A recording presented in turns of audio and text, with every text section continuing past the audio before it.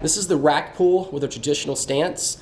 That rack pull is a little bit between an intermediate or from a Romanian deadlift and a block pull or a regular deadlift. So just a progression to help us get down all the way to the floor. The traditional stance, hand side the knee, is going to work my lower back a little bit more versus a sumo grip that's going to work my hips a little bit more. We're going to choose a height where the barbell is coming in right around my kneecap, maybe just a little bit lower. Usually a bench works just fine. If you don't have access to a bench, you can get to a power rack and set the pins, and that's going to actually work well.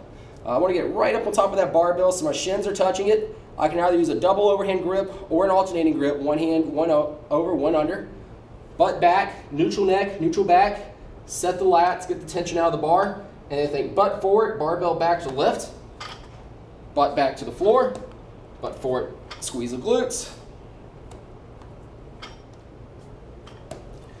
Major mistakes on this exercise are going to be: 1, not having the bench or the pins set to the correct height; 2, not having a neutral neck, neutral back position; 3, not having the shins close enough to the bar before we start; 4, not having the upper back tight enough; 5, not controlling our breathing, getting a little too loose in our core; 6, wearing shoes. I'm in socks. It's going to help you have a little bit more force production.